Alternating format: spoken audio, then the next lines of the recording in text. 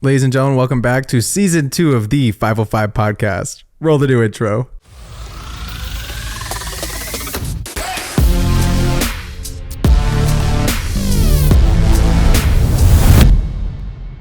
It is so good to be back with you guys. Feels right. We're back, dude. And it's a little cold in LA today. It's a little cold. I wish we would have coordinated so we didn't all do this where we all just fucking wore the same thing. But but we look good. Actually, yours looks pretty.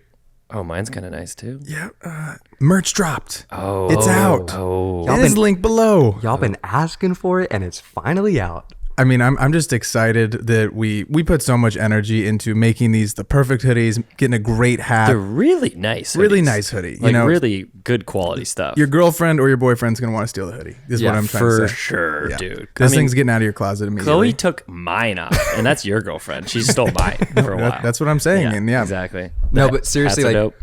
we worked like for a while to try to find the right like blank to put the hoodies on. We wanted to give you guys like the highest quality shit. And honestly, these are like, you guys are gonna get really these, nice, and it's nice. And then also like Henry just crushed these designs. Like Totally. you guys on camera can't see like the back of the hoodie, but the back of the hoodie's kind of like coolest part. Should I do a spin? You can probably see mine. You can probably see mine. Good spin. Okay, looking sketchy on the back. Nice, dude. So yeah, you guys know about Sketch Boy hours. If you're a recurring listener, between the hours of 10 p.m. and the later it gets, the more sketchier sketch it gets. And then the sun comes up and it just keeps going. Yeah, exactly. So when the guys that go to work at 6 a.m., when they're going to work, you're going to bed. Right. Right. Exactly. And then you sleep till like 5 p.m. when they stop working, and then you start working. Yeah. Really, it's just flipping it on its head. But yeah, you guys have been asking for the merch. It's finally out. The hoodies we're pricing at $68, and the hats we're pricing at $35. And we're also doing something super fun where we have a raffle. Tell me about it.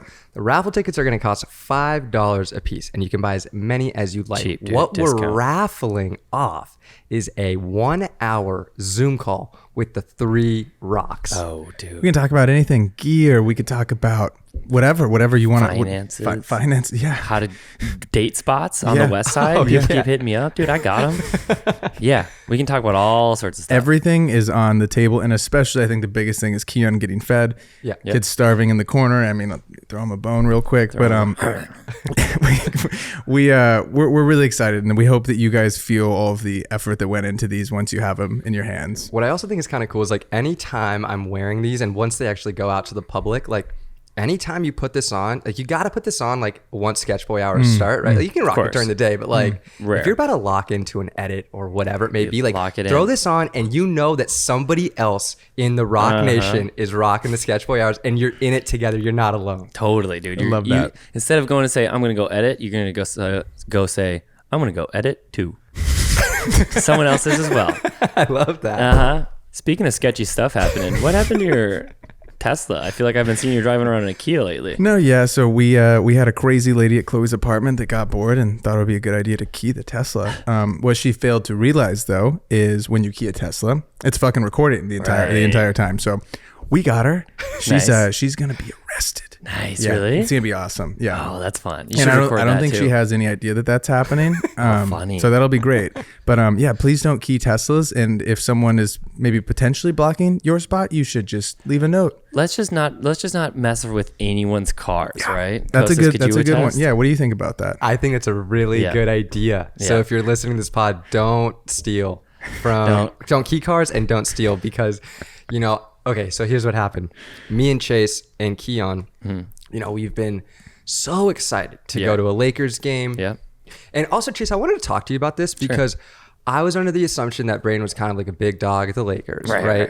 And I thought like, he's been holding out on us. We haven't gone to a game, haven't gotten free tickets. And like, I thought we were going to be like courtside, getting to like... Me, you, Denzel. I tried. And Bad Bunny, I thought we were going to like get to meet LeBron, go in the locker room, maybe get I dinner with him after. I put in a note for it. I asked Kostas, I was like, would you know which entrance? Because he had the tickets on his phone. He goes, I think the tunnel, right? I assume so. It wasn't. And, if we were going through the tunnel, maybe we would have like been able to park in Crypto.com Arena, and then my stuff wouldn't have gotten stolen. Right. Yeah. Because basically we got back from the Lakers game to go shoot stuff. Yeah, we're going to shoot the merch. We're going to shoot the merch. Kostas had what I call full bag. He had I think about this too, because sometimes I'm thinking I'm walking on the street. I'm like, oh, I have full bag right now. Like I need to fucking lock it up, because he had both his cameras, all his G Master lenses, his laptop, his headphones. You had some other stuff in there, probably like just a wad of cash for some reason. 10,000 cash. And then I get back to the car and we're all walking back and I see like the back right window's open. I'm like, oh, Keon left the window open. What an idiot, dude. It's going to get wet because it's raining. And then I like go to touch it and I just like, I'm like, oh, that fucking hurt. And I realize that it's broken and then there's no backpack there. And that was Kostas' life, basically. Yeah. And I'm just so thankful that this podcast and the other ones that we've recorded were backed up. Yeah, thank God. And I didn't have my hard drive on me. Thank God. If I would have lost the podcast, I would have been like, I was seriously depressed and like think about swan diving off that balcony. but you don't got to. But you don't got to, and we have the pod. And here's the thing. I have insurance, so I'm going to be able to get everything back. Get insurance. Everybody get insurance. Good tip. I use a company called Hiscox. It's all online. It's really good. You serious? I swear to God. I thought you were messing around. I was like, I did not see a joke there coming. I use the one Yeah. called MILF Madness. It's really high quality. Anyways, so that's the company that I use. They're actually really good. I have like an elevated business one. I don't know. It's like more than general liability. I have like $50,000 worth of coverage. Thank God. Just in case this kind of stuff happens. Like I literally had $25,000 worth of gear in my bag, all taken. Brutal. The person who took the stuff just hit the jackpot. Oh, yeah. They had no idea. They're in Vegas right now. Backpack jackpot. Probably lost it all on one hand of roulette. But yeah, put an AirTag in your bags and turn on Find My on your laptop. I didn't realize you could do that. I thought it was just for iPhones. So AirTag your stuff, turn on Find My iPhone, turn on Find My computer, and insure your stuff. Absolutely. And make sure all your stuff is backed up. Yeah. Like I've been not so great in the past, and it just so happened literally like the day before, like a hard drive was full, so I had to like back up and put all the pod stuff and all my stuff on other hard drives. But like, back your stuff up, because you never know. Well, now in a few weeks, he's going to have a great camera that he can show off on these new episodes. You can show the people what you get. Yeah, dude, you'll work out. And we've been working. We've had like 2 months off, and we're sorry about being off for so long, but we really wanted to get ahead because this thing right. The rocks are busy. The rocks are are busy, and I actually finished up a sound effect pack. So if you're into sports filmmaking and you want amazing sounds, those are in the pack as well. You got to go check out the link in the description because they are amazing. There's over 160 sounds that you can use in your videos. I have nothing to sell, but I do have in the anticipation of the fucking sickest season 2 of all time. Let's go. Let's fucking go, dude. Let's go. It's gonna be jam packed. What can we expect? Okay, well, first of all, we had a couple like holy shit moments that we've already recorded with some guests that you're gonna love. That I was like, I can't believe we're actually with this person right now. That was crazy. A lot of jokes, probably. I don't know, all sorts of fucking stuff, dude. More content, rock talks, clips. Keon, growing in size. Yes, food, bulking. He's becoming a bigger rock as we speak. And then I also think that something we've talked about that we want to get done this year is having like our first live event. Ooh, and fun. just like nurturing this community that we've built and continuing to build through season 2. And I think just like getting you guys involved in as many ways as we can. But I think like you're going to have to DM us and let us know what you guys think. But like some sort of live event, I think would be so cool. Something. Yeah, we got to see faces. Something. I want to Could see be some a faces. Get together. Could be like an actual live podcast, but a little something. Yeah. Maybe just like a food. Maybe we just like eat and chat. Who knows? Cocktail hour. Exactly. And just shout out to all of you guys that have stuck with us and continued to help us grow the pod. You have no idea what it means to us to just leave a review, to send us a nice message, and to just tell a friend about the pod. It helps grow it so much more than you know. So we just want to say thank you from the bottom of all of our hearts. And without further ado, let's get into season 2, baby. Let's go. Woo! Ladies and gentlemen, welcome back to episode 1 of season 2 of the 505 podcast. Today we welcome 2 very special guests, Canadian superstar DJs Loud Luxury. Hey. We know them as Joe and Andrew around here, though. You most likely have heard their smash hit Body, which is 10 times platinum in Canada. And if you're a fan of the pod, you know these are the guys that Kostas spends his weekends with, traveling around and shooting their shows. This one has been a long time coming. Joe and Andrew, welcome to the show. Thank you. Let's go. Welcome. We'll start us off right off the bat with the one-handed crack. I've told you the rules before. The only thing to mess this up is keeping it on the table. Okay. Or using 2 hands. So What do you mean? Like I have to keep it on the table? no. So that you- makes it easy. Yeah. So pop it up off. Yep. Yep. Oh, that Joe, what a great one. with eye contact. Let me see. Dude. Spin around, Joe. Spin us around. Andrew's that struggling might a little be. bit. Andrew, come on. Joe, you're getting an 8-4 to start us off. Wait, Andrew. am I allowed to prime it? No, what Andrew, the hell? now we're yo, deducting points my by the top second. is stiff. No, I know. You Acts got like it. he never went to college. Come on, Andrew. You got no it. second hand. Holy shit. Andrew, okay. Sometimes though, it's just a hard. That's okay. Yeah, we'll just hire the cleaners later. Yeah. There we go. Yeah, it's all, I like it though. That might be the biggest dent I've ever seen in the But side of the a most can. dedication I've ever seen to open a can. and I like it. Yeah, I like a lot it. of heart. Andrew's getting a 3-1. Joe, I think I said, what did I say, 8-6? Yeah. You're getting an 8-6. That was a really impressive way to start us. With would- eye one of contact. our Good highest job. scores. He kind Good of job, Jordaned it with the the free throw. Yeah, he just yeah, held that eye was contact. great. I would like to clarify that it was rigged against me because I had a stiffer top. Joe glued that I had to down work when it. you were in Yeah. the bathroom Yeah. before Yeah. we started. It's all a this conspiracy. before we started this whole thing off. Sometimes you do get a can though, and you're like, I could never open that. Like, there's just it's Some are sometimes easier to hard. open than Yeah. others for sure. I do want to say though, before we start, thank you guys for being on. Yes, I've man. had such a blast with you guys over the past like year and a half, and you guys a year and a half like did not think I'd be doing this with you guys, and it's been fucking Hey, awesome. I, so I thank just you. have to say, thank God you're still here because there's been the ups and the downs, Yeah, there and, sure has. and I've been worried about you. But you know what? You stuck it through, and you made it, and we're still kicking. Let's go, I baby. love it. But yeah, man, you guys have been fucking awesome. Yeah, I don't know if you guys know the whole picture, but we really put this guy through the ringer. You know, obviously there's a glamorous side of shooting concerts and meeting all these new people and going to new cities,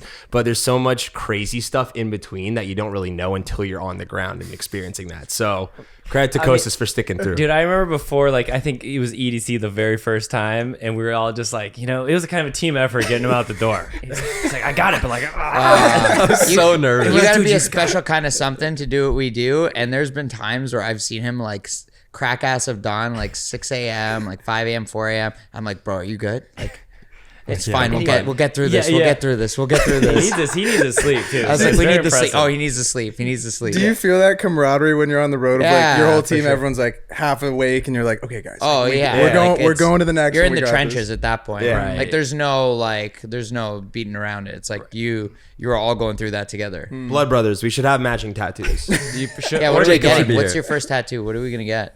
Oh yeah, You you've should- been talking you about should this. Give me like my something. 15th, but like I'll Yeah. get one. With you. So I I'll get have one. always had an idea. I kind of want to get like an astronaut falling out of space. Oh. Like falling Into a loud luxury concert. Exactly. Yeah. That's kind of like the first Okay, one I want cool. to get. Yeah. So we Steve should go. Aoki, he brands all of his touring party. They all have Dim Mak tattoos, and it's part of the initiation. You have to get No one. way. Do you guys have a I'm loud gonna luxury make you- tattoo? I'm gonna make you get Joe.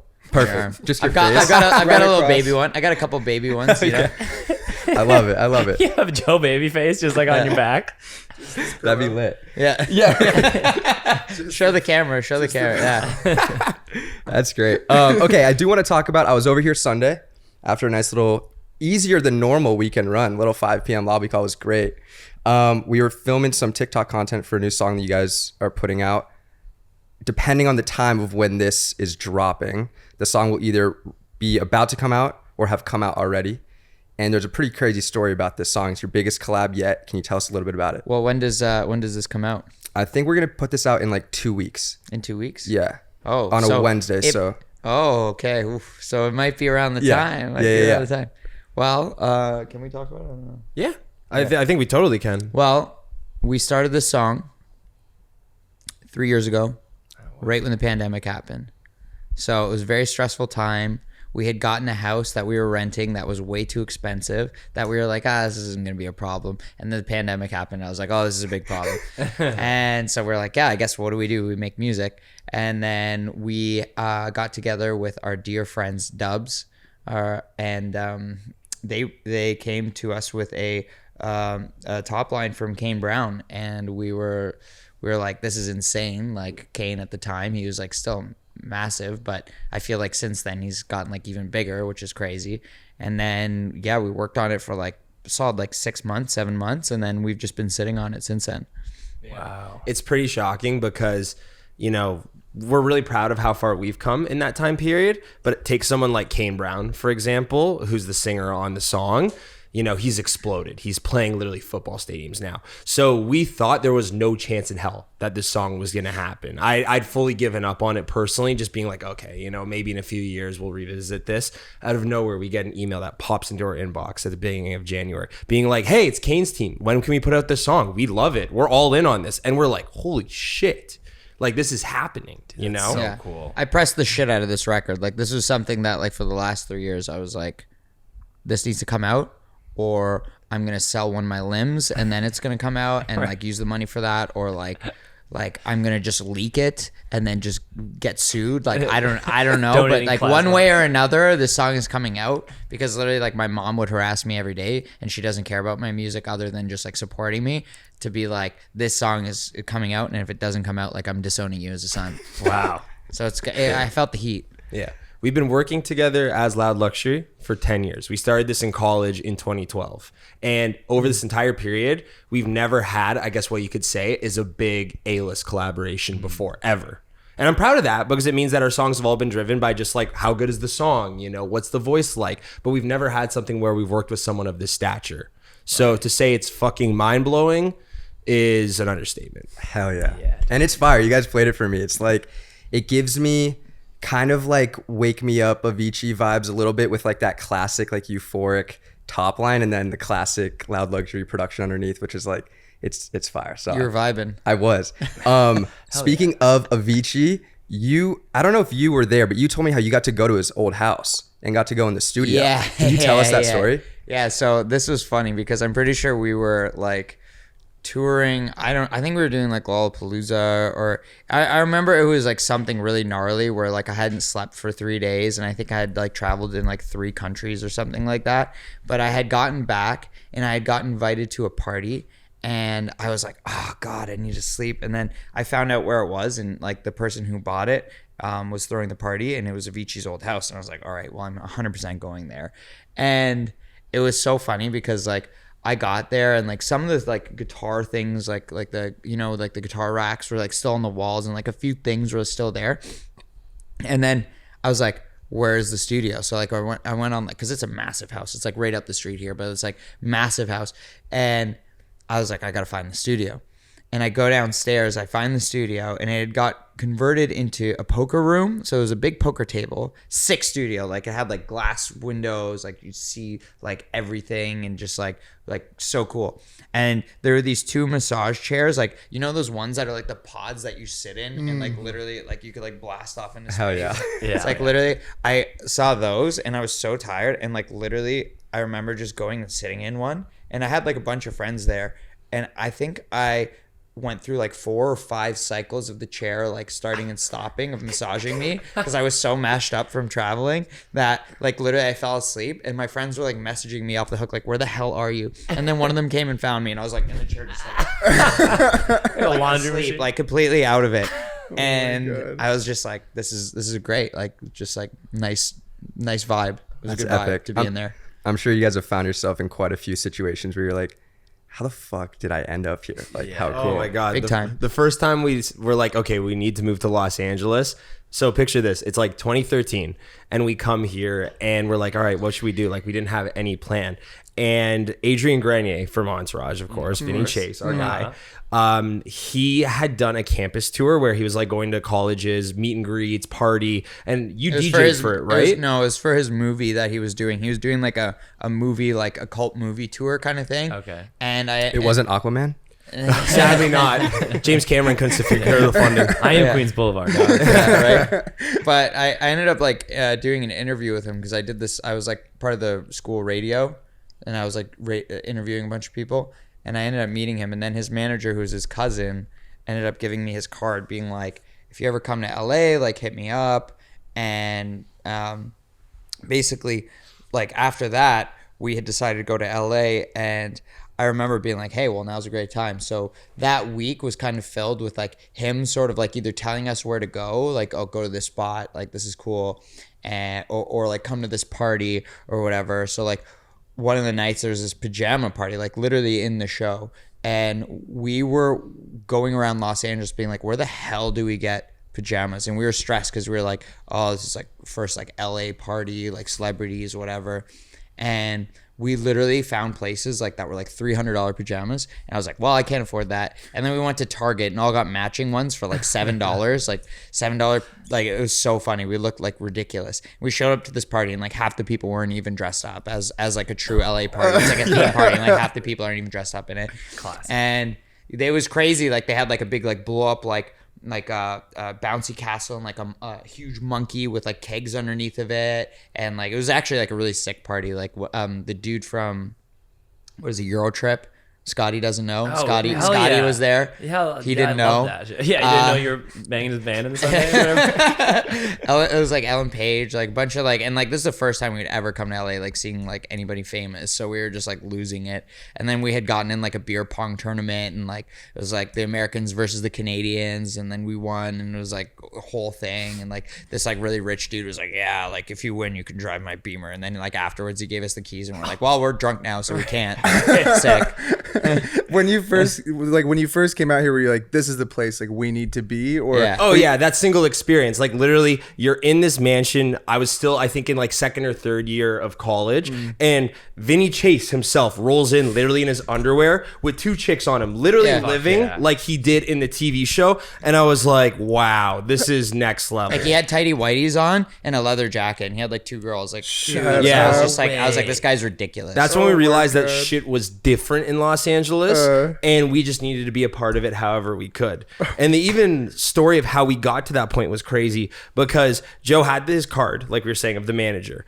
And we were like, dude, we can't just hit this guy up and be like, yo, we're in LA. Like, let's chill. Right. Like, we're 2 college kids. So I look up the website on the business card. And post Entourage, they were doing a bunch of weird avant-garde short films on YouTube. And so the hook emailing him was, hey, we love your short films on YouTube. Like, can we just be an extra in like this stupid zombie thing? Like, we're such big fans. And he's like, man, thank you so much. I'm not filming these right now, but we should kick it for sure. And we're like, done. Yeah. And then like Joe saying, he just took us all over Los Angeles.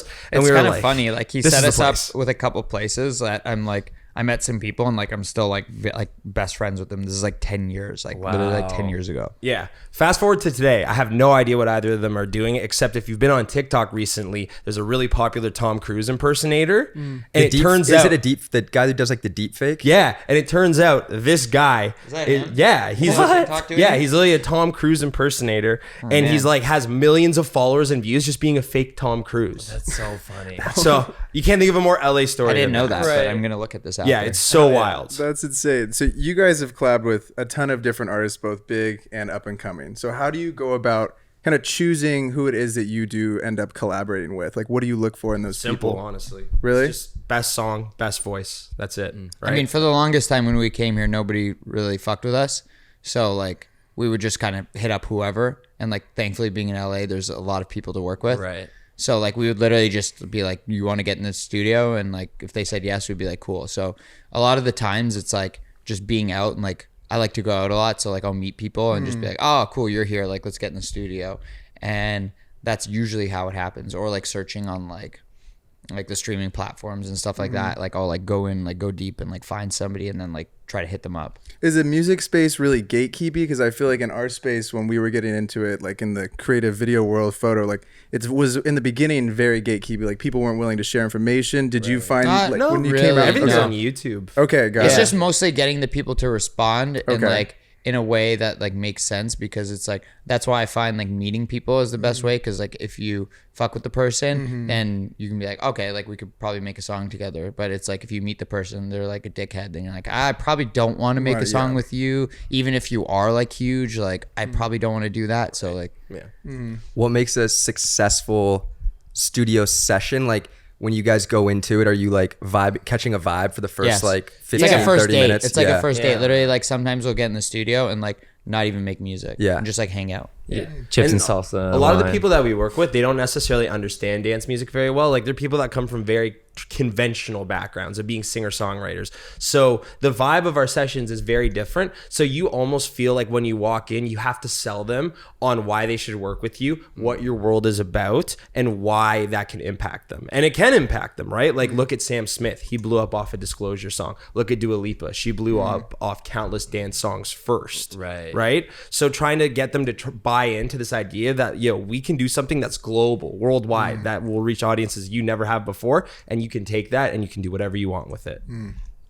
And that's probably why it's so special getting this collab with Kane Brown, because it's like you already have the establishment, you don't need us, but you like want to work with us regardless, which is sick. I think it's just a testament to the song. Yeah. Because like, I mean, at the end of the day, it's like it doesn't matter who you work with, because if it's a good song, it's a good song. Yeah. You know what I mean? Like the foam's gonna rise up. Right. If it's not good, then you'll know. There's like nothing more disappointing than you hearing about a collab that's coming out between like a great producer and like a great singer or something. You hear it, you're like, man, this is trash. Like I know that there's so much better than this. Yeah.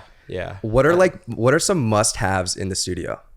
Must-haves in terms of what? Like coffee? No, and, just like substance, like Candy, Yeah, like, like, how do you be prepared to like walk into that? Because like I don't know, like it's a huge thing what you guys are doing. You get into the studios, like, all right, you just walk in fresh. There's like no pre-planning, or is it like, Joe, you're calling Joe like, hey, this is kind of like what our vibe's gonna be tonight. Like, you know what I mean? We'll plan sometimes, but like it's mainly just like making some beats, so we're not like sitting there like messing with stuff on the fly. But like it depends, because like you never know who you're working with, and like some people are like they want to sit and do stuff on the piano or like whatever. Yeah. I mean, like the studio we have is like got pretty much everything now, so it's like if somebody wants to like mess around on the guitar or like whatever, it's like that's the kind of stuff that we'll need in order to like do it properly. And I don't like working in like actual like conventional studios, like the ones that like the big like studios here. Like I'd rather just work at home, because people will just like come here, and like you guys like come here and it's like chill, you know what I mean? Like that's the vibe that I want. I don't want to be like pressured to be like, if we like went and like, oh well, we booked this studio at 1 p.m. today, and like you guys are like, oh, where are they? They're like 30 minutes late. If you guys show up late, like I don't really give a shit. It's like whatever, like we're just chilling at home. Right. To some extent, I'm really, really, really against cooking on the spot. And what I mean by that is that if you go in with no idea of what you're going to do, it takes at least hours for us to like an idea first. You know what I mean? Like those first chords you lay down, it doesn't mean, oh yeah, that's the song. It's like we have to be happy with it first. So I think pre-planning kind of like what you want to do is really important, but also being flexible. Because there's been times where someone's pulled up and been like, you spent a lot of time on something you thought would be something that would click with them emotionally. And they're like, yeah, I don't fuck with that. So then you have to be able to call audibles on the spot, Right. I feel like we can kind of relate that to what we do, is like going into a shoot, you might have a shot list or an idea of how you think it's going to go. And then you get into the edit and you're like, oh, this isn't really working. Or like the final product ends up turning out differently than you originally anticipated. Right. Or even like the sun is like, oh, sun's setting. Like that's way sick. I don't have that shot on my thing. Yeah, but, yeah. Like, that's going to be cool. Like somehow being open-minded, but at the same time coming in with a plan of what we're going to do. And if that plan doesn't work out, you roll with the punches. Can you feel when you're like, oh, this is fucking dope? Like you like know people are going to love it. Yeah, like, you for can. sure. Yeah, definitely. You can feel on both sides. Yeah. Like either this is really sick, or you're like, oh, this is. Hey, we ain't doing this. There's been a few sessions I've walked out of. I'm not gonna like name names or say who, but there's been a couple times where I've been like. just sweating, like sweating. Like Andrew, never again. How do you go about that though? Because like, I mean, for us, like you're working with a client and like they hate the video. Like, all right, well, we got to figure this out. So with you guys, you find someone, maybe it doesn't work out. If it doesn't work out, it doesn't work. So out. like that's just easy. It's an easy thing in the industry that's common. No harm, no foul. It's Okay. like, okay, it didn't work out. Whatever, it is what it is. Yeah. You know. You asked an important question though, which is how do you decide what makes the cut? And I think any creator can apply this. And it's as simple as just what song do I listen to over and over again that we make? And I'm sure on the video side, what video did you cut or an edit that you made that you're like, man, I can't stop watching that. It doesn't mean it's a slam dunk every time. And next thing you know, you're going to be directing the next Aquaman. Right. But there's something there that's special that needs to be heard or seen. That's the only metric. Has there been a song where you felt like that, where you're like, I can't stop listening to the song, bangs, and then it just like didn't quite resonate, and you're like, I still love that song though, and so I'm gonna like, Yes. Yeah. I mean, but it's like so hard to tell. Like I feel that way about this one that's coming out. I don't like talking about like songs like that where it's like even before they come out, I'm not like, this is gonna be a hit. Like I never like saying that, but there's ones that I'm like, okay, this is like has something. I really fuck with it, so like I think other people will too. Yeah, there's some songs that we've put out where I definitely expected it to do better, but I wouldn't go as far to say like, oh God, I was so far off, you know? And those will be the ones where you meet someone at a show and they're like, yo, this is a low key, like a sneaky good one. Like I'm surprised this one didn't get bigger, you know? And there's so many complex factors to what gets big too. So it doesn't mean the song sucked, you know? It's just like, oh, you know, maybe it didn't have the right feature. Maybe it wasn't worked at the right time, you know? So you try not to take it personally. Like, oh my God, my taste sucks. Right. Are you guys usually like in the morning you guys are working in the studio? Or you guys nighttime? Like whenever. Sketch Boy hours is like our little saying for working really late into the night. Boy hours starts at 10 p.m. and goes until I like later. working at night. Working Really? at night is so good because literally that's my only time where people just don't bother me. Right. Everybody's asleep. Yeah. It's like I don't have to look at my phone. I don't have to be stressed out. It's like literally I can stay up till like 6 a.m. and I'm such a night owl that like I can do that, but I physically will not be able to function. So I try not to do that. Yeah. But like I'll just like work like we have a studio, but I'm not even really in it. Like literally where you're sitting is half the time where I am just on my computer. I have that like little like lap thing, you know, like Yes. I just sit there and I like have my headphones and then just like work on the couch because like it's more of like a vibe for me. Like if you know kind of like I've been doing this for a while, so if you kind of know what you're doing, like you don't necessarily need a massive studio or whatever to like be able to do it, you know what I mean? I'm sure you guys have seen countless Fred Again interviews and they were so validating because he's like, yeah, I'm just working on a park bench with like my little Apple headphones and I'm using the iPhone as a mic. And I remember listening to those interviews and be like, yeah, motherfucker, I've been doing that for 5 years, you know? Like, but it was very validating because it was like, okay, so I'm not crazy for doing that. Right. You know, it's like you can cook anywhere. Hell yeah. You played me a few others of the demos that you guys have been working on. And similar to like After Party that you guys just put out, like that, it's loud luxury, but like more club, like as opposed to like what you've put out previously. And you have one demo in particular that's like super sick. That's like also that club sound. Can you talk about like staying on brand, but also like throughout your career, elevating and like changing the sound as it goes? Like you want to stay on brand because you want it to be like, fans know kind of what to expect when they hear a loud luxury track, but also like, you know, challenging yourself and putting out different sounding songs. I think the main thing is just like when the thing that was really challenging when we came here was trying to get a sound that people could recognize us for, not necessarily like a song type of thing. So like the thing was like people could hear a song and be like, oh, these guys made it. Not necessarily like all the songs sound the same, but it's just like you can hear like Skrillex or whatever, for instance, has these like he has like the most crazy range of shit that I've ever heard. But there's like little things that he has in there that it's like, oh, he made that. Like I know what that sounds like. So once we actually got that was like a big milestone because like we made Body and like that was a whole thing. And so like now it's just kind of like we still have like songs that are similar to that sort of style, but like it's always evolving. And does that come into like the synths you guys use or like certain presets? Like, Yes. One of the best analogies that I've heard of it before is I can't remember if it was Avicii saying this or someone saying this about Avicii, but it was the idea that he figured out a way to make every aspect of his songs a hook. You know, like your drums are their own hook. Your synth is its own hook. The style of vocal you use is its own hook, right? So it's just about making every element of the song interesting and not phoning it in on just one specific element. So we try and apply that of just like, yo, are the drums catchy? Like if you just solo that, you're like, yo, that's cool, you know? And trying to apply that mentality to every song we make. Do you guys feel like you did pioneer a song or a sound in the EDM space? I mean, yeah, for sure. Like once we did Body, there was like literally so many songs after that sounded like that and had that same sort of style and formula, like whatever, which is cool. But I think after that, we definitely had something that was like more us or whatever.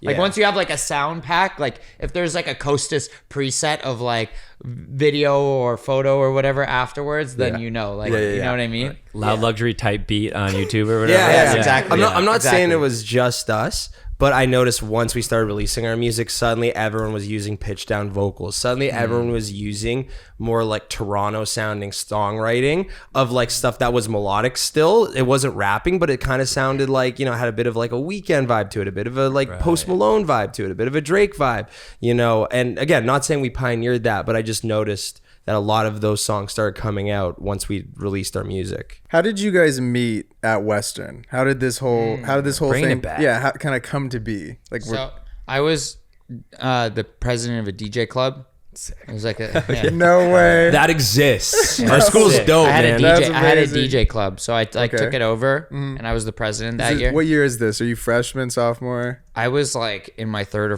4th year, and he was like literally freshman or something like that. And then somebody, like one of the guys that was like supposed to plan the first meeting or something like that, fucked up and like didn't get the room. They couldn't book the room, so we had to do it at my house. And I was like living in this shitty like student house kind of thing, like 6 roommates, like all like frat bros kind of thing.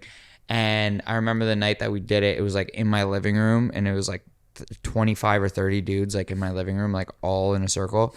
And there was a storm, and like all the power cut out, and like it was just like not a great meeting. Like I was like kind of stressed. I'm like, oh God, this is like, I'm starting the year off like sick.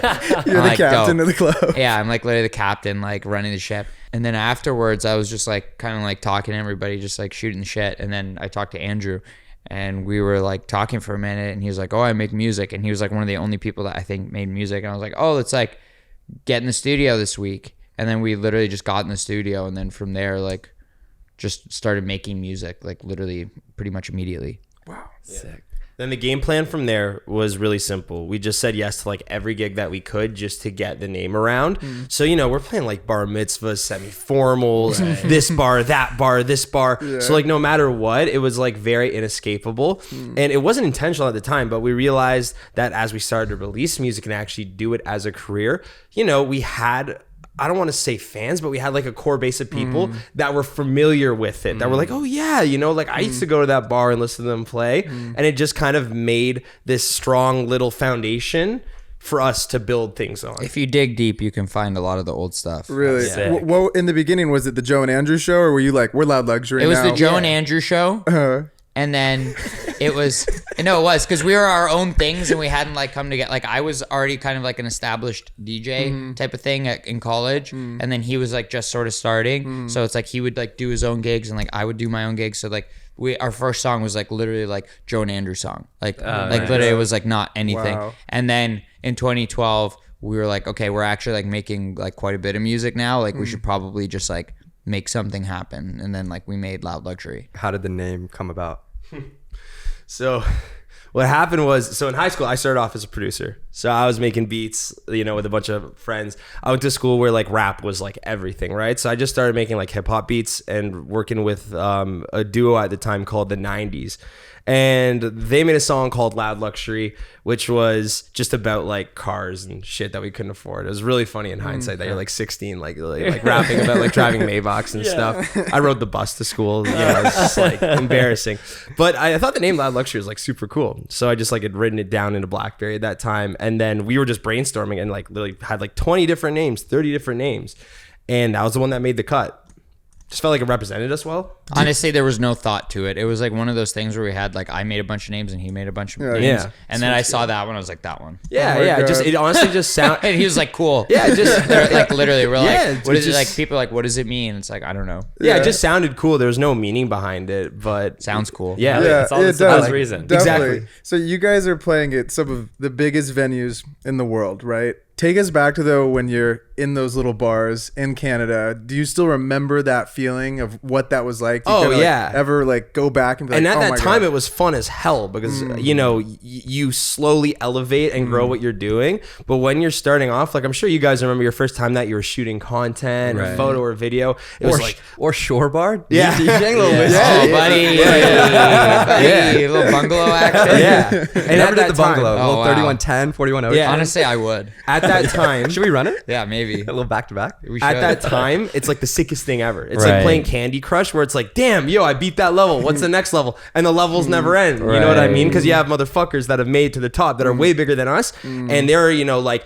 you know, 10 Grammys deep. It's like, I need more Grammys. I need more number ones, you know? So you just keep leveling, and new challenges await you. And that's what makes this so much fun. And then how did you know that you could like take it and you're like, okay, we're playing these little shows, like, but we can make a fucking career out of this? If I'm not mistaken, there was a snow show that you guys did. Jacob told me about this. That was a snow show. What? Oh, Boston. That was a lot Boston. further on. That was Yeah. like after we released Body. But Okay. honestly, taking a career, I remember pretty vividly one day, like I I sat his ass down in my like little like my like What are you doing this? No, I swear I'm not even fucking with you. I'm not even fucking with you. Like literally, it was in the radio thing. Like I was doing my radio show, and he like came in. I was like, I swear to God, I will break my fucking back if this doesn't work. Like I will make this happen. And then he was like, all right. And I was like, fucking let's ride. Yeah. Literally. And then we just did it, and like still breaking my back, but we doing it. Did you like school though, or were you like when you're doing the DJ stuff, you're like nobody likes school? No, I know. But then you like graduate. You're some like, weird oh kids my like God, school. bring me back. You're like, please bring me back. Like, That's why when he's talking about this conversation, I was a little bit less sold because I was only 18 at the point, right? Like I don't know what the hell I'm doing with my life. I always knew that there was this spark of like, hey, we have something to say musically that no one else has to say, and I want people to hear it. But like I liked school. I was doing actually like decent in school, so it was also kind of like crazy to just like fuck law school, you know, fuck a master's and just move to LA. But it's the best decision that we ever made. Did you guys finish? Did you both finish? yeah, I graduated. Oh, yeah. nice. I had to do it Let's for go. my parents, you know, like they were kind enough to like pay for college. So I'm like, man, I can't just drop out on their ass. As much as that would have been a way sicker story. Right. Besides DJing, did you guys have other like jobs to make money? You worked at Little Caesars, if I'm not mistaken. Yeah, when I was like 18, but like, How was that? I had a lot of different jobs. I worked in like clothing stores. I worked in restaurants. I worked at Tiger Direct. That's an American company. They have those in Canada. Nice. And that's when I first learned about crypto too. That's when they were like literally just starting like Bitcoin mining, and they were like using the computers in the store. Crazy. Wish I had gotten on that train back then. Wish I did. But you know, it is what it is. And then I had a lot of different jobs, and then like the last one I had was in like a production house for like I would like build studios, like if somebody needed like a studio or like speakers in like a nightclub or like whatever, I would like do that. But then like literally our managers were like, quit your job and you're moving. And I was like, what? And they're like, you're quitting your job. And I was like, okay. What point did you know that you should have gotten a manager? Were you guys talking? You're like, yo, It there's landed in our lap, honestly, and it's way. still the same people that we work with today. I give them a lot of credit just because at that time, again, there was that spark of like, we can do this differently and in a special way. But they gave us the confidence to move out to California, to never get a job, because I just graduated from school, you know? So diving into all of this, it just landed in our lap. Like we were playing in clubs in Toronto, and they're like, yo, you know, like it would be cool to manage you guys. We have some ideas. And it worked out. Thank God. Right. And when you guys did move out here, you guys shared a bed? Yes. Yeah, we don't talk about that. Unfortunately. No, we were in a one bedroom apartment, and it was all we could afford. The apartment was like probably the size of literally the room that we're in right now. It had a living room that was like a couch that was like sort of like a really uncomfortable fold out couch, like super uncomfortable.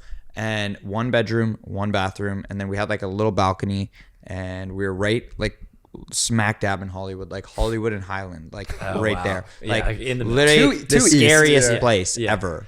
Was that like, do you like look back at that and like nostalgically, like that was a grind? Oh yeah, I look back at it as motivation. Yeah. Like I'm never going back to that ever again. Ever again. I'll never forget what was really Kane funny. Brown song better fucking hit. I am never doing that again.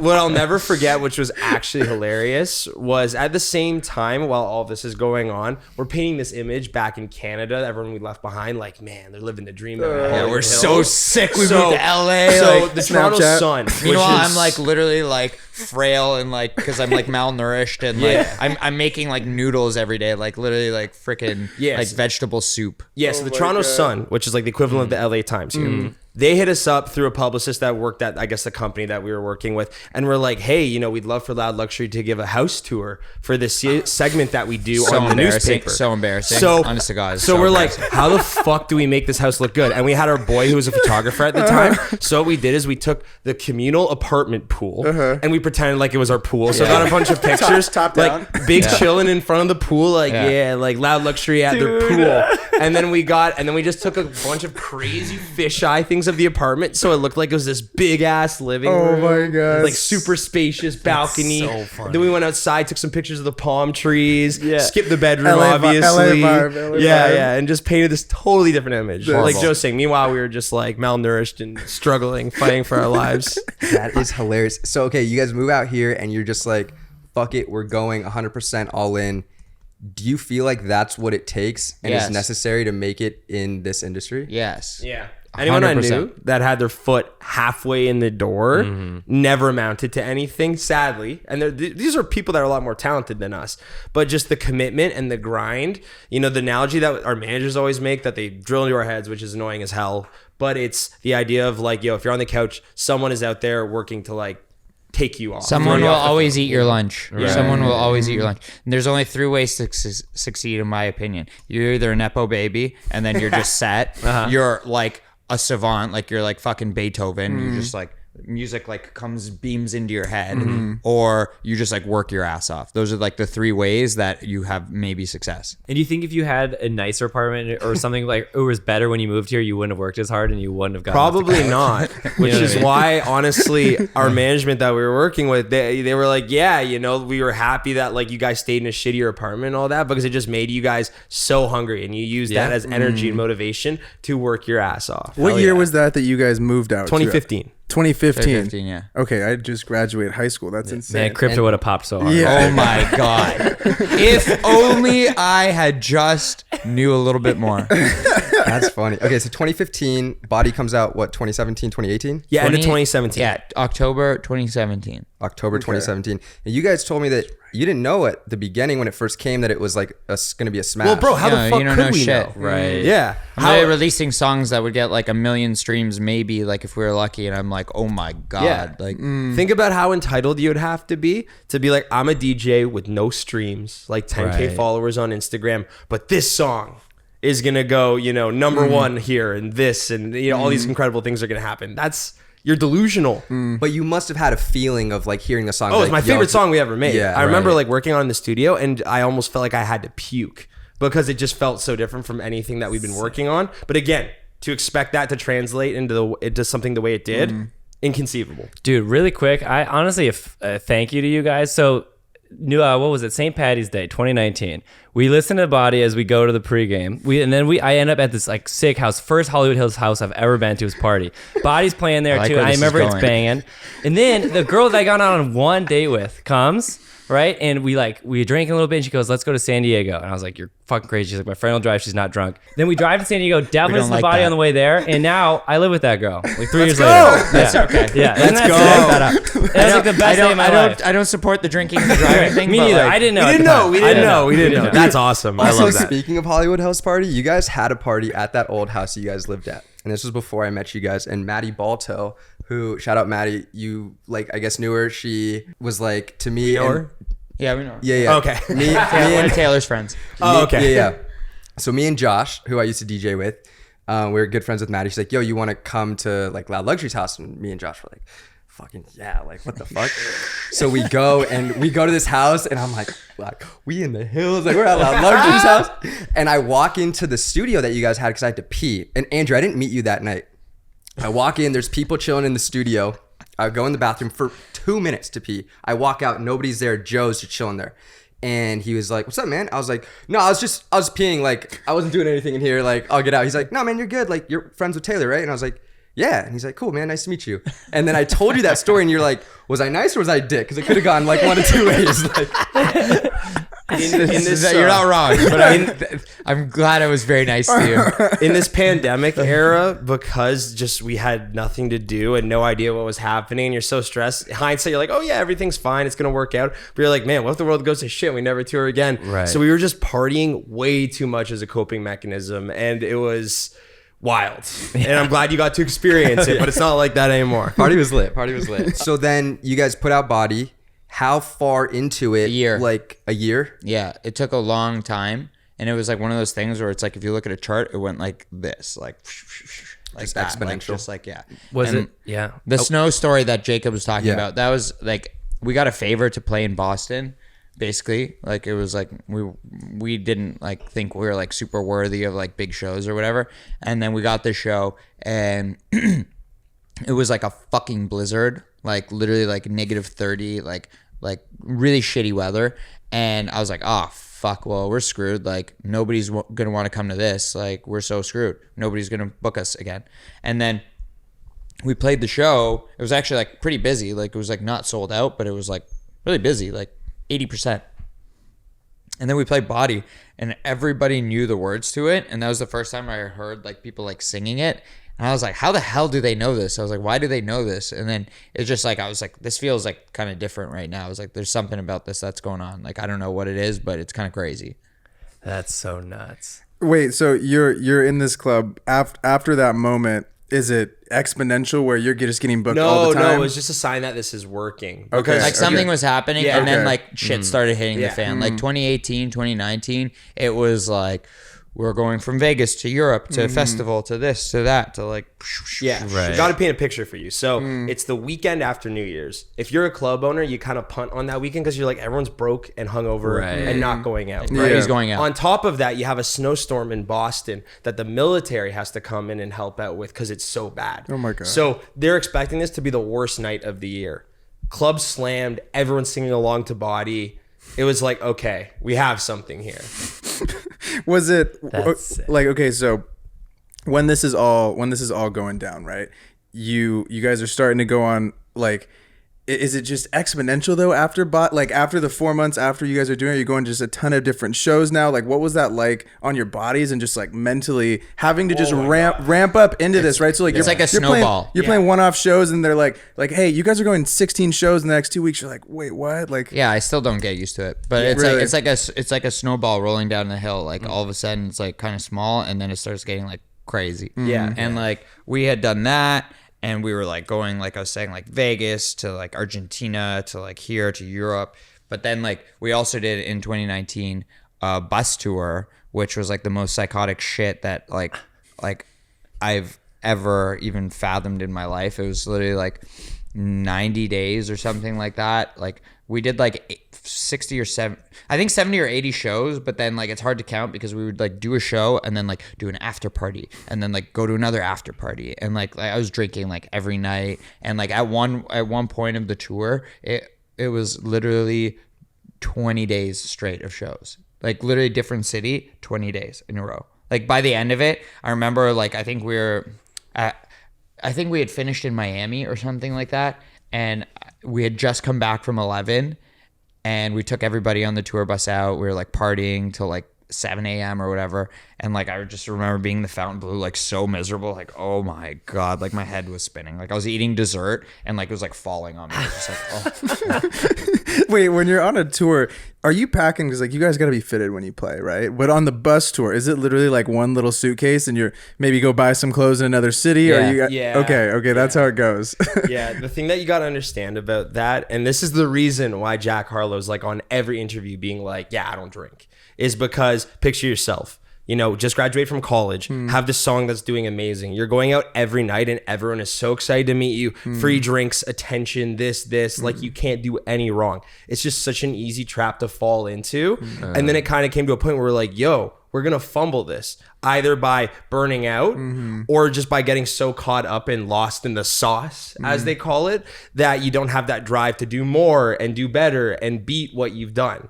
That's why you hear these dudes being like, yeah, not drinking, I need to dial in. Like, it's just all about the art. How do you And that was a lesson we learned. Do you stay on like a strict schedule where you're like, yo, Tuesday, Thursday, Friday, like we're doing TikTok on Tuesday, you know, because like you guys are at the top of your game, right? And you're only getting bigger. And you just said like someone's there to eat your lunch, like that's keeping you motivated, Yeah. right? Like, do you have a strict schedule right now? Like, what does that kind of look like right now at this current moment? I mean, life is pretty crazy because now like things are back open and like whatever. So we're like kind of readjusting, but it's like there's so many things as an artist that you have to like focus on. It's like TikTok, Instagram posts, photo shoots, videos, making music, like that you have to find time, like doing sessions, then shows, and then when you do the shows you're like so beat up from traveling and being on a plane, as Kostas knows very well now. And It's a little nicer when you're on a lie flat, huh? When you're Soon. when you're soon. A Stick 6-hour with us. flight like this is a little rough after 3 hours. Of Stick sleep. with us. A little nicer when you're horizontal, my boy. you will get there, my friend. Those points are racking Yeah, up. we're gonna get you A couple upgrades or what? Those points are racking up. That's funny. But thing. no, and then you also have to like do recovery. Like most people ask me like what do you do when you're just like on your off days? I'm like, I'm like fucking recovering. Like literally, Right. I'm like going to the gym. Myo And detox. like, yeah, like myo detox. Like I have like physio. I have like saunas, like all this stuff, because like I'm so mashed up from traveling. Just like not even the shows. Like the shows are crazy because like I'm jumping around, I'm going crazy. It's like a workout. Like literally, I've tracked it. I burn like 1,000 plus calories, like 1,000 to 2,000 calories per show. So that's a crazy workout. But then you have to tack on like limited sleep and then also traveling, which sucks. Like planes suck. So it's like, yeah, something I've realized is like I prefer when we drive to a new city as opposed to flying. Like it sucks. driving's so much better. Yeah. Because it's just like going up and coming. It just like takes something out of you, especially when you do it a lot. It's of times everything. in a row. It's everything. The main thing that I feel like we've changed, knowing what our life is going to be like now, and it not being as chaotic as it was before, like, oh, random tour out of nowhere, like you kind of know what to expect, is Monday through Thursday or Friday, depending on when there's a show. In bed by 10 p.m. every night, wake up at 8, work out, work on music the whole day, do whatever housekeeping we need to do, like TikTok, that sort of things. We try and live our lives more like a normal person during those weeks, because if we were like sending it, doing a late night session and never got back to a normal schedule, that would fuck with me so hard. Yeah, we got to work on that. Okay, with Body, how far into it coming out did you guys win the Juno for it? A year after. Yeah. And that's like the Canadian Grammys, right? That's the Canadian Yeah. Grammys. Was yeah. that just so fucking cool? Well, Yeah, what that was was crazy was insane. we got That to was open insane. the show as well. Oh, really? Yeah, So that we was did like full a whole. performance. That was a Yeah. whole thing. That was a whole thing. That was in my hometown where I grew up in, where we met. Went to school together. We got the fucking Western or school. Go Stanks. We got the marching band to come out and like do the performance with us. Oh, cool. We opened the show. It was like insane. We won the Juno. That's so Like sick. it was crazy. We went to our friend's bar that we like used to like first start DJing in, kind of thing. And like these are the guys that would like kind of bully us around and be like, "We're only paying you $100," or like, you know what I mean? Like mess us around and shit. And that night we're like, "Fuck you!" We bought 70 bottles of Grey Goose or like vodka, tequila, whatever. Like we bought literally like 70 bottles. That was like a point that we were making, like a very specific number. And they brought them all out. Like it took every person that worked there to bring them all out. In a small club, like it's like packed, small club. And the liquor inspectors came because it was St. Patrick's Day also. So the liquor inspectors came, and then they're like, we have to take them back. Like, we're so sorry, but like we'll give them back after they leave, kind of thing. So like literally they like took all the bottles and they brought them back. And at the end of the night, I was like so fired up. I was like going to like my friend. I was like, "Do you have fire insurance? Do you have insurance on this place? Because I'm going to rip this motherfucker out." And it was like the main pipeline. It was like the main, because it's all exposed. It was the main pipeline. I was like doing pull-ups and I was like shaking it. I was like, "I got to rip this thing out." Like going crazy. And they're like, "No, that's the sewage. Don't do it." And I'm like, "I don't care." And like there's like bottles like spilling everywhere. Like it was like a mess. It was crazy. That is incredible. Sounds electric. You put out Body, it becomes fucking massive. It's incredible. I can only imagine it's time to put out the next song. You're like, what do we put out? Or like, do you have that pressure on yourself of like, oh yeah, fuck, how do we follow this up? We had 5 songs back when Body first came out, not knowing where anything would go, that we were going to release. Scrapped everything, literally went back to the drawing board. And the ideas that we ended up releasing after, they came pretty easily. That part wasn't hard.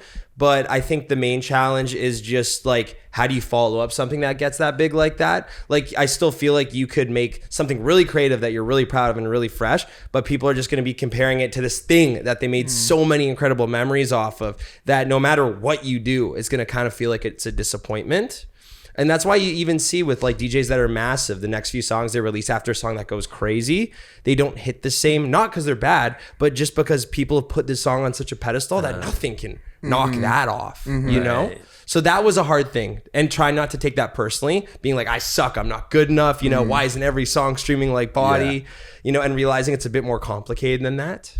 Yeah. And That's then an important lesson. When you guys get in sessions with people, do they come in being like, man, we're going to make another Body today? And you're like, slow down or like No. No, I don't care. Anybody that comes in being like, we're gonna make a hit, it's just kind of like, I don't know. Like, Yeah. And the thing I'm proud of is I don't know. Just make a song. Like, just make a song first, and then we also figure it out. have a catalog. I think that's diverse enough now, where people are like, "Yeah, I'm a fan of Loud Luxury," rather than like, "Just I'm a fan of this one song you did. And let's make that over and over again." You know, they trust us, and that means a lot. And you guys have now gotten to a point where you have different residencies in different cities. You got Vegas, Miami, Atlantic City. I want to talk to you guys about Vegas a little bit. And when you guys were Dangerous place.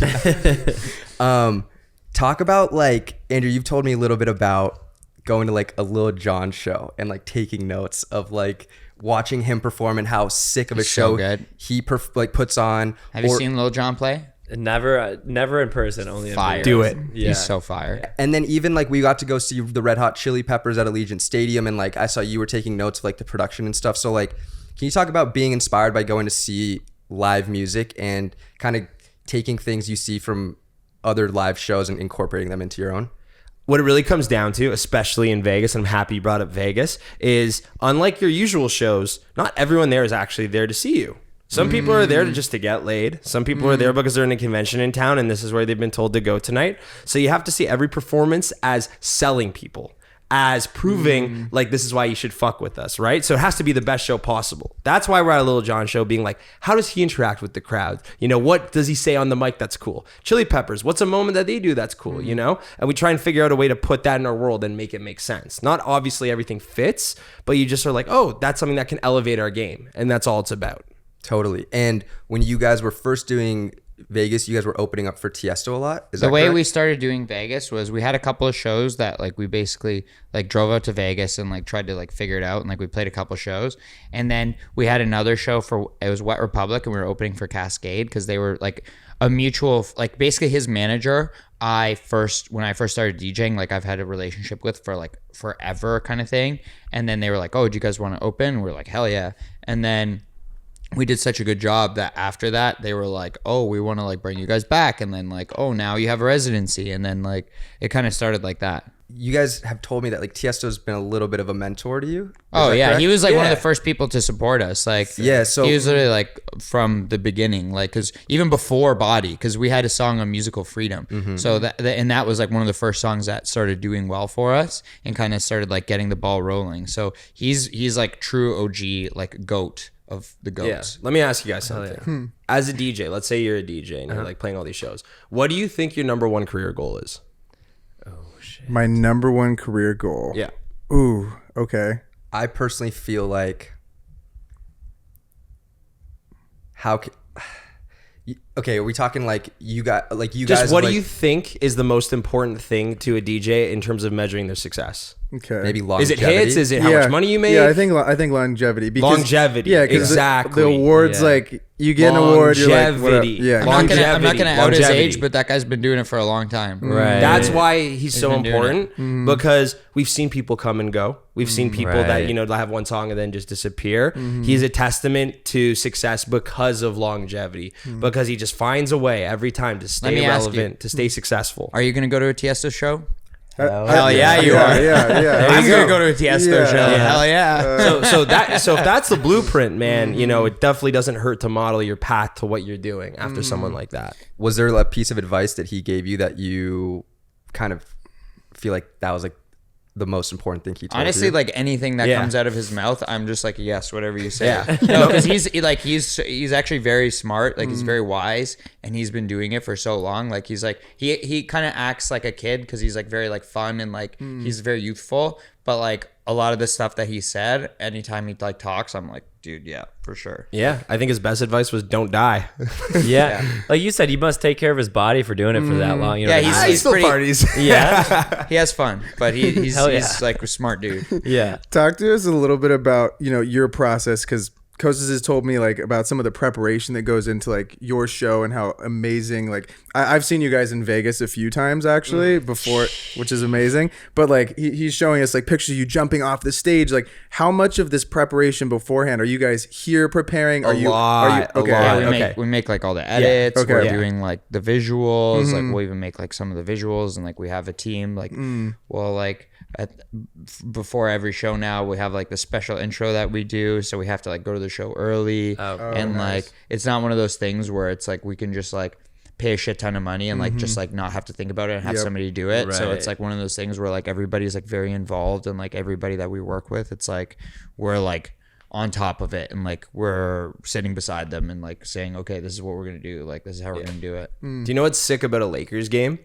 You go and every whistle there's something new. Okay, we're shooting t-shirts now. We have the dance troupe, we have this. So we use that analogy to explain how do you create all these different moments in your show that's like, okay, I'm gonna chug a beer on stage now the visuals are gonna do something crazy like this. It's just about moments to keep them engaged that are different and unique every time. How often do you audit this process? Because it's like you're go when you get back, you're saying like you're trying to recuperate your body. When like how often in between, or like do you go on a run and then you're like, okay, let's go back and try and maybe add something, or let's add like something new every show. Every show. Yeah. Like especially with the TikTok stuff that we do, it's like something comes up on TikTok like every other day. So it's like literally like we'll make an edit like 15 minutes before we're on. Like sometimes we're like kind of late. Yeah, just bring the headphones to the venue and like, oh my God. I do appreciate though that you guys know your show to where like you're incorporating new things, but you have moments that you keep in every show. And it makes my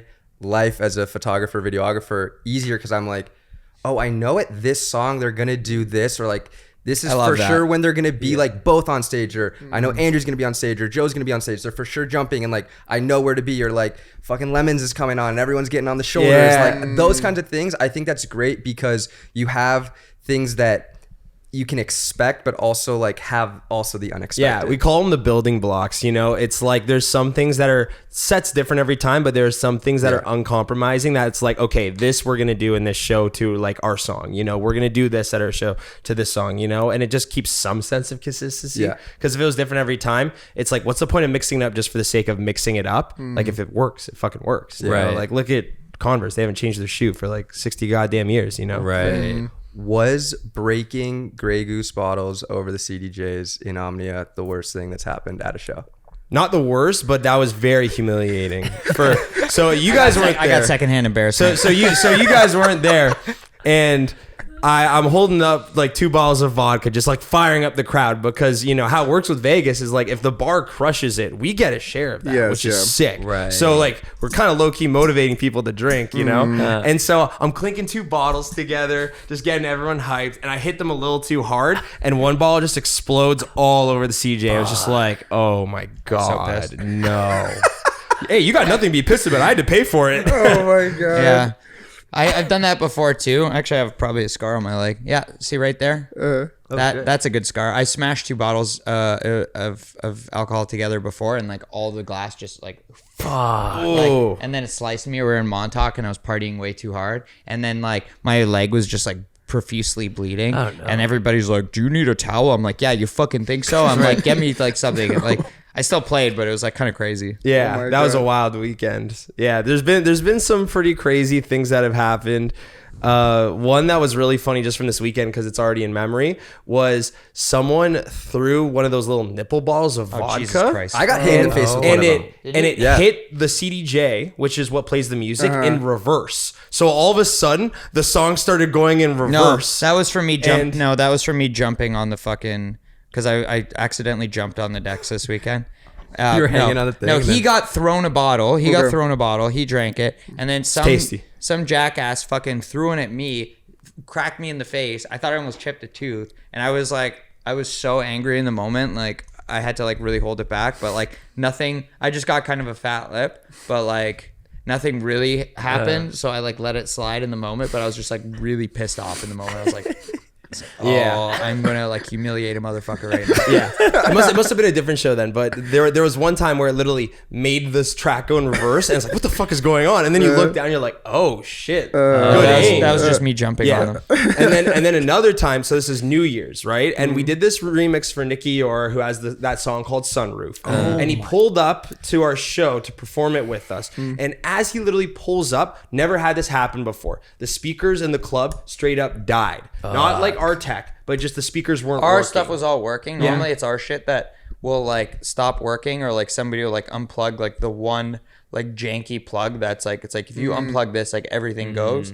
It was like literally the whole system. Yeah. And so we get up, right? embarrassing. And, normally if sound cuts for like 30 seconds, which happens, it's like, yo, how's everyone doing tonight? Like maybe you start a chant or something, get everyone hyped up, go back to it, right? But this is 10 minutes of dead silence where we're like, Happy New Year, everyone. How are you doing? Somebody give me a bottle. Literally just getting the crowd wasted in the front. I felt like I was at a wedding having to like talk to these like people. emceeing. Inside, I was just like, just cringing. And we were so close to just being like, man, sorry, performance is done. But it worked, and we still played our entire set, which I was really proud of, because everyone that was there, like our friends and family, everyone's like, yo, I would have folded. Like I would have just like been done for the night. Their whole team was telling us, they're like, get off now. This is such a bad look. And I was like, I can't do that. I was like, no. Like I literally was telling them, I was like, no, I'm not. I'm gonna just keep playing. Like fuck it. Like, One thing I respect about you guys so much is like you guys perform so many shows, and I know that like it's got to be like 50% of them, or maybe not quite, but like when you're fucking tired and you're like, last thing, like you're on a 5-day run, you're like, I don't want to do another show, and you just like have to put on the face and be there present for 2 hours and put on a fucking show, because that might be like the first time somebody's seeing you, or they flew in to come see you or whatever. It's like putting on that game face, similar to like, MJ have like saying, oh, this is the only game of the year that he's coming to see me, and like I need to play. I was thinking of that as you said that as well. It's just the idea that like it means a lot to someone, even if it doesn't mean the most to you in that moment. So you have to do it. And also like we truly love it. You know what I mean? Like it's awesome. Just like we're social people, meeting new people, going to new cities. Like you get energy from that, So it's not like a facade where we're forcing it all the time. And that's more motivation not to be mush artists, because like if we have shows that are lit and like busy and like there's a shit ton of people, you get like crazy adrenaline from like going out and playing. So I could be like on my deathbed and then like wake up and like go play a show type of thing. But if there's like 10 people in the crowd, you're gonna fucking feel that. Like that's that's like a struggle. If there's like a dead show, like in the beginning when we had like a couple shows that were like not so hot, like you would feel that. I'd be sitting there like, oh my God, oh no. Like, Jacob, how much time do we have? It's like an hour and a half. How much time? It goes in slow-mo at that point. Like you're like, it's like plank time. Like you're holding like a plank. Yeah. We're very lucky at the point where we're at, because we're by no means one of the biggest DJs in the world, but every show is fucking awesome. And we have people that are really committed and dedicated to this, that show up, and we party with them and have an amazing time. And I come back every weekend just feeling very full, for lack of a better word, feeling accomplished, excited for what's ahead, but still at the same time being able to be happy and proud of what we're doing. Speaking of amazing shows, one of my personal favorite shows that you guys have done was Brooklyn Mirage. One, because it was on my birthday, so I appreciate you guys for DJing my birthday. But I mean, 6,000 person birthday party. Yeah, literally. Yeah, we threw all a my lit best birthday friends. for this boy. Hell yeah. I want to talk about the meaning of that show for you guys, because I know that was your biggest headlining show to date. Was that your guys' favorite show you've done? Yes. That was a good one. I really have to think. I really have to think on it, but because it was your birthday, I'll say yes. So, no, that was a crazy one. But yeah, like what did that mean to you? I mean, it was just really cool to be able to sell out a venue like that. It's like probably the biggest one that we've done in New York, and it was like sold out. We had like fresh material, like new visuals, new songs, and it was just like a crazy night, Yeah. You know the vibes. Don't get me wrong. We've played bigger shows. When Joe was talking about that, one that came to mind was we played in Argentina for literally like 50,000 people at the Lollapalooza there. And the whole crowd is jumping the entire time, chanting. Like every song was just energy. But what was really special about Brooklyn, I guess, is you have everyone there that's there to see you. They're there to hear every song that you play, not just like waiting to be entertained. And I think that's what made it feel different. Yeah, makes sense. Yeah, that was... That was crazy. Also because you don't always have the pyro, and the pyro at Brooklyn, it's not just in front. I love the it's pyro. like Set me on fire. Hell yeah. it was sick. Gotta check your eyebrows after that shit. Is there a venue that you guys haven't played yet, maybe, that you're like, oh, this show is like, we really want to go to this place, or a country necessarily? Coachella, if that counts for sure. Okay. Yeah, please. Oh, yeah. Okay. Cool. Could do that. Coachella would be Coachella. nice. I just think culture. I want to do Europe more. Oh yeah. Europe is pretty fire to play. So getting to go out there more and like do some more festivals and shit like that. Do you find that the Europeans are like less on their phone and more just like in the moment at the show, or It's a different vibe. It's Really? it's different music and it's a different vibe, like for sure. But it's still fun as hell. Like you go to like some parties out there and it's like pretty crazy. Like we did Corsica, which is like a small island off of France, and like it was literally like the club was like, here's a DJ booth, there's a fucking street, and then like the other side of the club, and it wasn't even really a club, it was kind of like a supper. It was really weird, but like the dance floor was the street, so there would be like crazy. cars coming by, like there would be like a car, and it'd be like you're like on the street playing hockey, you'd be like car, like and then like everybody would move, and then the car would go by, and then everybody start partying again. That's crazy. That's really cool. You guys went to Europe quite a few times just on vacation this past Yes, summer. sir. We're gonna go do more Europe stuff. The main obstacle there has just been COVID stopped everything in its track. We had so many shows, festivals, all got canceled. So starting back from zero in Europe, because we're not there as much as America, has been tricky. But we'll be hitting it hard this summer and in coming months for sure. Joe, how was it seeing your family that you hadn't seen in over That like was 10 nice. years? Yeah, a long time. Yeah. That was pretty fun. A little short, but definitely was a nice vibe to get it in. Yeah. Go Your see family's everybody. in Italy? Yeah, I'm all like most of my family's in like the south of Italy. Oh, Wow, sick. that's amazing. You don't vacation It's a vibe. much in this line of work, that's for sure. It's a vibe. bet. Or go to many like weddings, huh? No, I think there was one wedding we made it to in COVID, but other than that, it's very difficult because you're always Unless we're working getting weekends. unless we're getting Right. paid, then it's a different Yeah, story. yeah, If we're getting paid to play a wedding, then Yeah. we'll go to the wedding. But like Sick. other than that, like all my friends, like all my best friends and everything, it's like sorry, dude.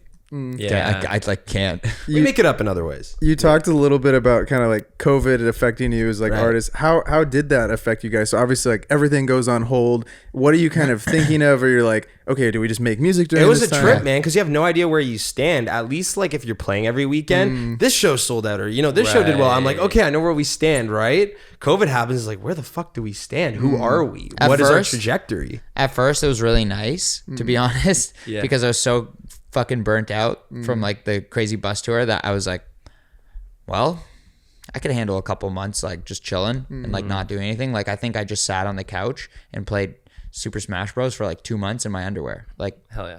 like that's all I did. I just like gave up. I was like, cool, I'm just gonna sit here and do nothing. And then after that, it was kind of like, okay, yep, what are we doing? What's going on? Where are we getting back? I'm getting a little antsy. Is that when you guys started doing TikTok?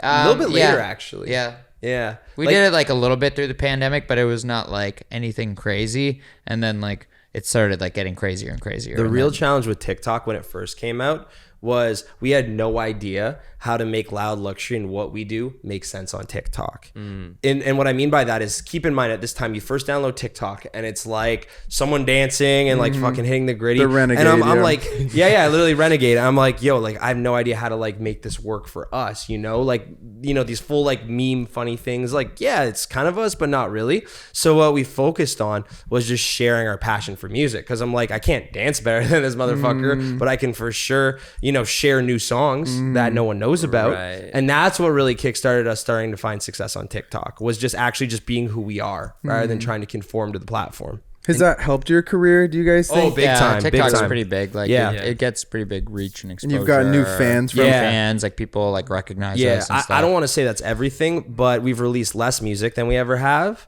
And right now it feels like somehow we're growing our fan base. Got it. I think what it is too is like you're putting a face to the name of Loud Luxury and to the music. Like, Yeah, that's important. I feel like Right.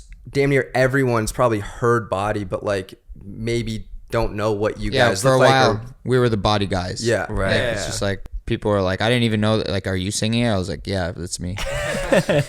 You can't tell, baby. Yeah. You can tell by the sweet voice.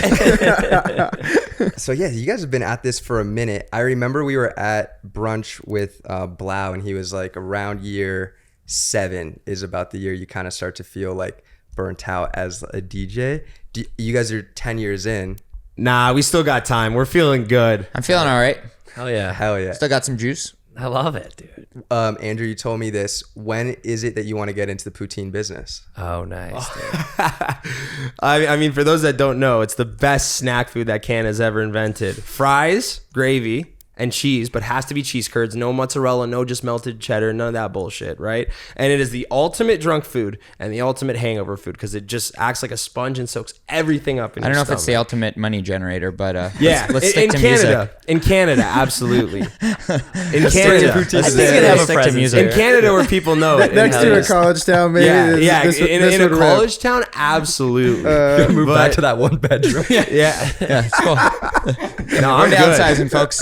I'm good. I'm gonna share my passion for poutine with the world. I but love we that. got a lot of music to release before then, you know? Hell That's yeah. amazing. Yeah. Hit him with the last one. Yes. Okay. We always ask our guests this. You've given good advice to like up and coming DJs and all that kind of stuff, and we've gone through your story.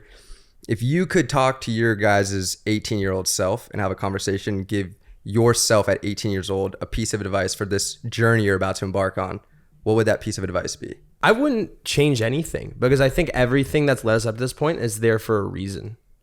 In the sense that all of these fails and rejections and all that is the reason why we're here today and what's actually shaped this project. So I would just say, just keep going, maybe stress a little bit less, you know? Work your because you'll ass off find a and way. have fun. Exactly. That's it. Work your ass off and have fun. There it is. You do There that it and the is. rest will Because solve I it. wouldn't be doing what I'm doing if I'm stressing right now. Like now I'm at the point where I try to minimize the stress. Right. Just like have more fun, still do what I'm doing, still work, but like less stress.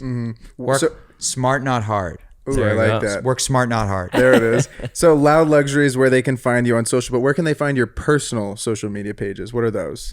Go to Loud Luxury, you'll find it, honestly. Okay, on there. Everything. Yeah, It's like a it's- pyramid scheme. yeah. You'll find us through They'll that. find you down. Just go there and you'll find us and you'll see some like cringy pictures of us. Let's It's all go. good. And check out the new song. Yeah. And check out the Yes. new song. Let's Next go. to you, Kane Brown, Dubs. 3 years in the making. Let's Holy go. Wow, let's go. Let's go. Thank Here you it boys is. so much for Thank coming you, on. guys. It means a ton.